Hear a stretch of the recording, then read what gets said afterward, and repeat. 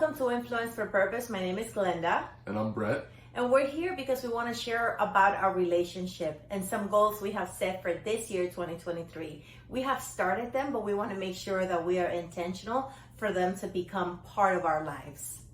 Yeah, we're here to talk about our relationship journey. So this first video, we're just kind of introducing us. We've been together, 2023 will make it 20 years. And we wanted to talk about our journey in hopes that it can help some of you guys out there. This is a disclaimer. I just want to let you know that we are not professionals. This is just our journey and what we have learned. And we've only been married 20 years. There's couples who have been together longer than we have that have super great advice. And we look to those couples for advice.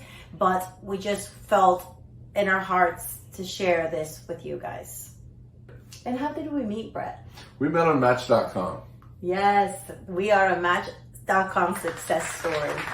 So what are those goals that we want to share with the people? Yeah, so even though we've been together 20 years, it hasn't always been smooth. And in fact, we still need help and always need help in making our relationship work. So the first goal that we've got for 2023 is improve communication. Yes, communication is a big thing. There was a couple of instances in our relationship in the 20 years that we've been together, or going on 20 years, that we considered divorce because communication really was lacking in our relationship. And we have sought therapy through our relationship. How many times have we sought therapy in the 20 years? Yeah, I think we're in our third time going. Yeah, and it's been, each time we've learned something, but this time around, they've really emphasized and honed in on the communication with one another and be able to process. That is more, the communication is something that Brett struggles with more than me. Tell us about that. I think like most men, not a big talker, and when it comes to emotions, I typically mask them or bury them, or honestly don't even pay attention to them a lot with a lot of self-awareness, or hadn't, at least up until this point. So this year, really making an effort to pay attention to my emotions and to talk about them when I'm having them, so that you know better what's going on and it can open up some conversation rather than me just stuffing them down and causing issues later because of that. Which leads me to our second goal, and that goes along with communication, which is timing. And that is what I struggle with. Brett is a person that likes to compartmentalize his day, and I can't just go up to him at any time of the day to discuss a matter. I have to find the right time to talk to him, and I have not always been good at it.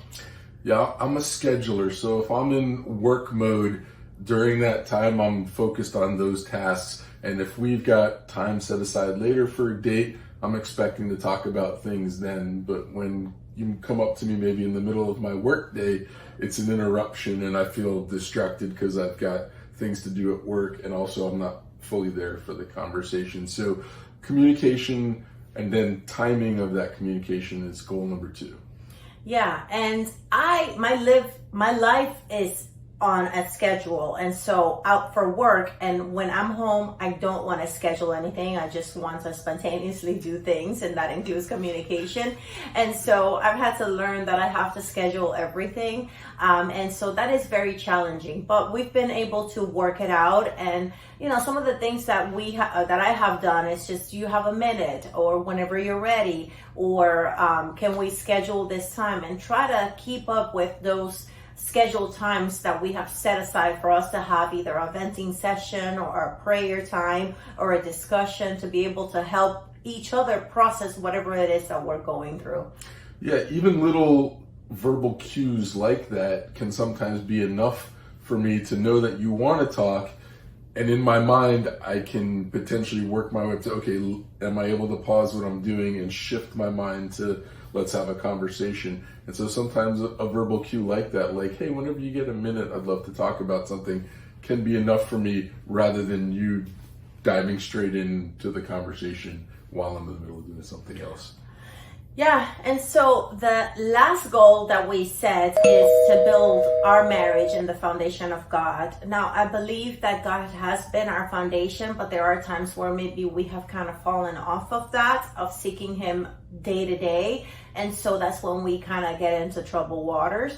But recently we've been able to, we didn't know, but we've been able to kind of get on that same timing, because in our timing of communication, we each of us found out that we were both praying for one another. So I was reading a book to pray for my husband, and he was reading a devotional to pray for me. And we realized that because we were seeking God for ourselves to be able to be better for the other, God led us to pray for one another. And that has been tremendous help in our relationship as well.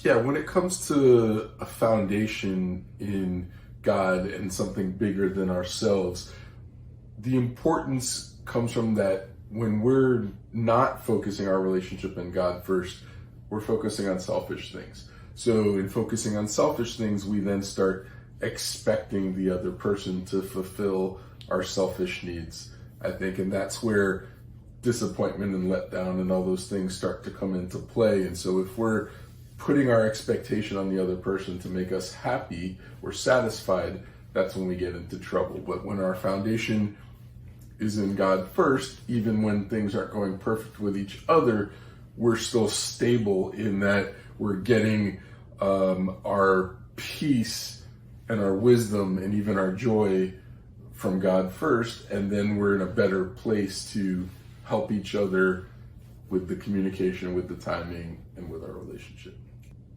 So there you have it. Our 3 goals for 2023, to be intentional, for them to become a habit. In the past, we have attempted these things, but they have kind of fallen off the cracks, and we don't want that to happen this time around. We want to be able to build them for the rest of our lives, because we want to live another 20 years together. At least.